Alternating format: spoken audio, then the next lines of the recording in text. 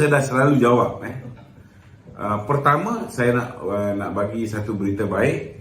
Dato Najib adalah salah satu daripada nama yang dicalonkan oleh UMNO bahagian Pekan sebagai calon parlimen Pekan. Itu salah satu nama yang dihantar oleh UMNO bahagian Pekan. Saya berani cakap ni sebab inilah satu-satunya bahagian yang telah mengumumkan kepada khalayak Dato Najib punya nama telah disenaraikan sebagai salah satu calon. Tempat lain ni saya tak berani komen sebab nobody make any statements. Dan untuk memutuskan sama ada Dato Najib diterima ataupun tidak sebagai calon Barisan Nasional di Pekan, ini atas budi bicara pengurusi Barisan Nasional. Kalau pengurusi Barisan Nasional merasakan Dato Najib perlu menjadi calon pilihan raya, maka dia akan meletakkan Dato Najib sebagai calon pilihan raya.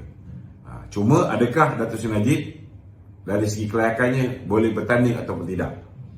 Dari segi kelayakannya, mengikut pandangan daripada bekas-bekas ketua hakim negara, baik Tun Raus, baik Tun Hamid, dan pakar-pakar undang-undang, mereka mengatakan dan ini disahkan oleh Speaker Dewan Negara.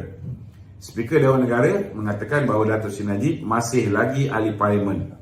Sebaik saja beliau telah dalam tempoh 14 hari selepas dijatuhkan hukuman di peringkat Mahkamah Persekutuan, dia ada 14 hari untuk membuat apa yang dipanggil sebagai semakan kehakiman, judicial review. So he have done that. He have done that within 14 days. That's why status dia sebagai ahli parlimen tidak hilang. Dan dalam masa yang sama juga, dia telah submit petition untuk mendapatkan pengampunan diraja within that 14 days as well. So, selagi dia punya semakan kehakiman belum ada keputusan, selagi itu dia masih MP. Maknanya, selagi dia masih MP, dia mempunyai hak untuk bertanding sebagai MP semula.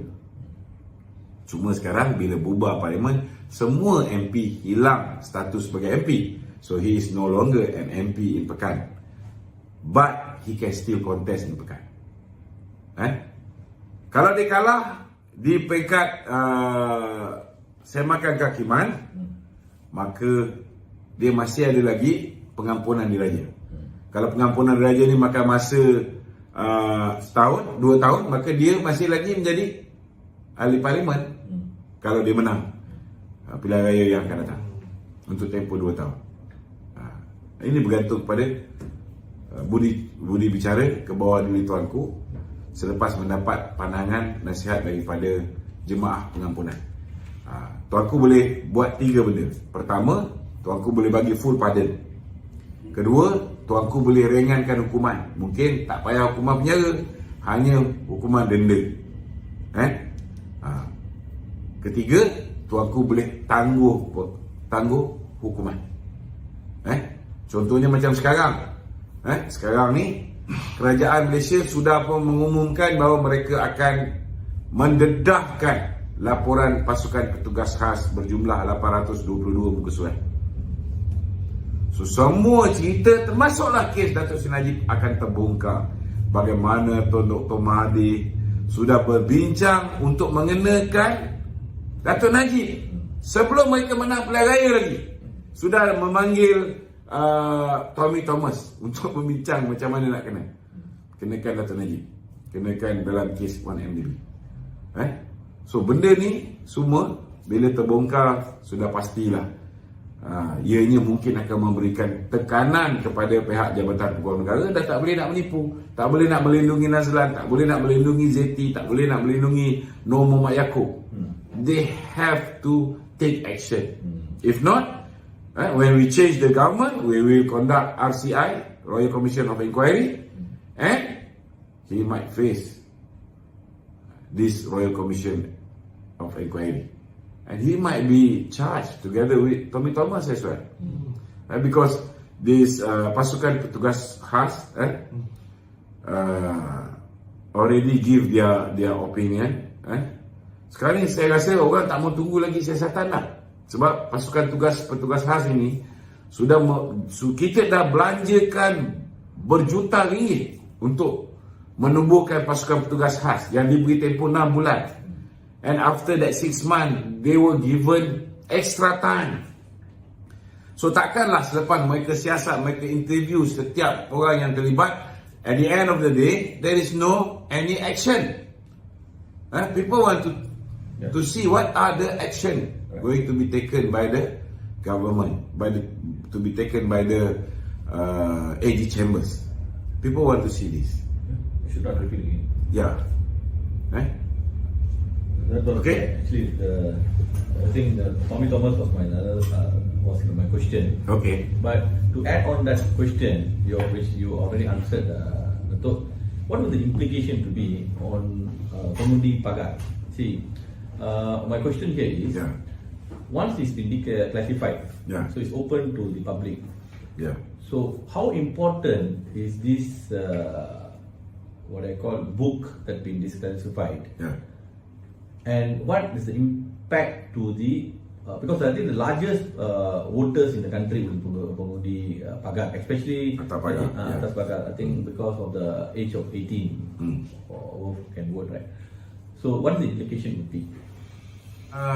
Implikasi dia, pertama sekali saya nak beritahu bahawa dari segi pengundi atas pagar, pengundi atas pagar ni ada yang percaya bahawa kita punya sistem kehakiman tu adil.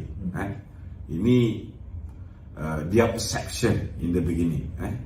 But throughout Najib's case, when Najib asked for Queen Counsel, he was denied Queen Counsel.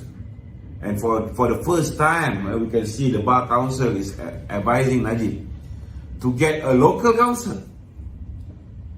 And when his Queen Counsel was rejected by the court, he appoint a local council, which is Zaid Ibrahim and the gang, and Dato Haji Hisham as the leading council.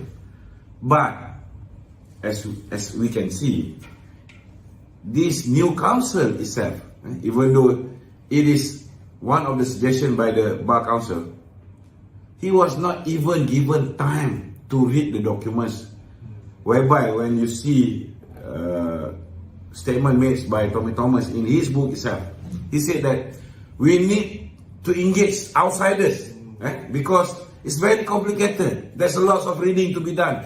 So even Tommy Thomas understand. There are trolleys of document that need to be read at least by the council, by the new council, before they can defend Dato Najib. But all these kind of things were not given to Dato Najib.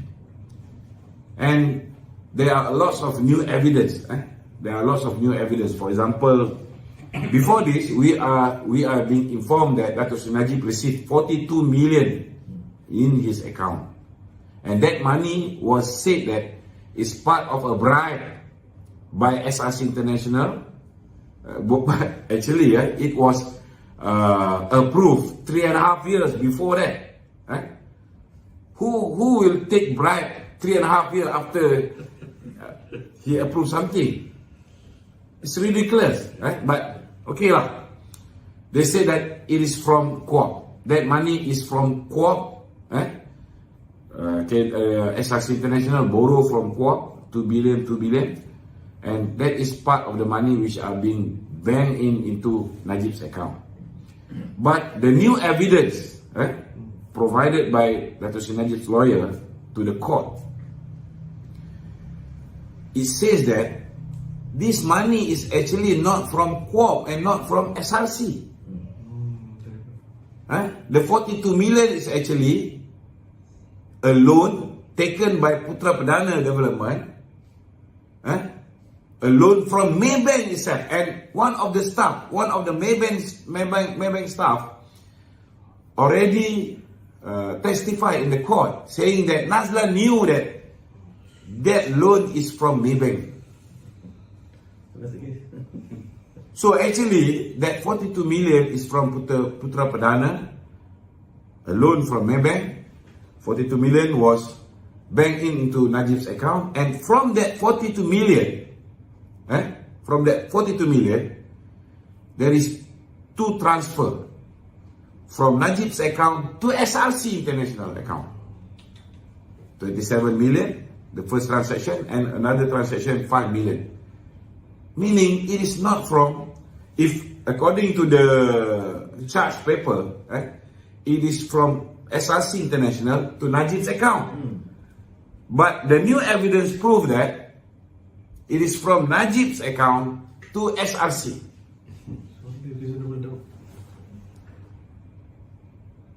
So you just imagine how come you can stick to that charge paper. And there are also new proofs saying that Nazlan is highly involved in the forming of SRC International. Decision making. He's the head of legal counsel. He's the company secretary. And even though during the investigation by the SPRM, even though in the first place he refused to admit, but after four times, SPRM request him to admit. At the end of the day, SPRM produced all this evidence, all the document, the minutes of meetings, proving that Nazlan is deeply involved in forming of SRC International, whereby he said that Najib is guilty when he formed that SRC International, which actually the idea of Maybank. And Maybank got paid $800,000 to advise and to help forming this SRC International. If Dato Sri come out from this, Yeah. we sue the government because they wrongly charged him. Yeah. That's my. If he come out from prison, we are going to be the government. So there is no need for us to sue the government. That's a good answer. That's a good answer. We can sue Tommy Thomas, we can sue Latifah Koya. Because, for example, we can see in Dato Sri Zahid's case, UKSB case, the same person, David Tan, for example, already informed SPRM regarding those who accept the political donation from UKSB. It's not only Dato Sri Zahid. Even Hishamuddin, his political secretary, Muhyiddin Yassin, Tun Mahathir, and his the husband of his nephew, KJ, Hanifah Aman, Shafi Abdal. All this evidence was already given to SPRM. But SPRM only charged Dato Sri Zahid. That shows that it is a politically motivated. Selective prosecution. It's a selective prosecution and it's a malicious prosecution. It's very clear. That's why I knew that they are going to, there won't be any prima facie. Because if there is prima facie for Dato Sri Zahid's case, they will have to charge Muhyiddin, they will have to charge Mahathir, they will have to charge the rest. Hishamuddin, KJ, Shafi Abdal, Hanifah Aman. Okay? Clear? Okay. Okay. Anything else? Thank you, Dato. Thank you Okay. very much. Thank you very much. Okay, thank you.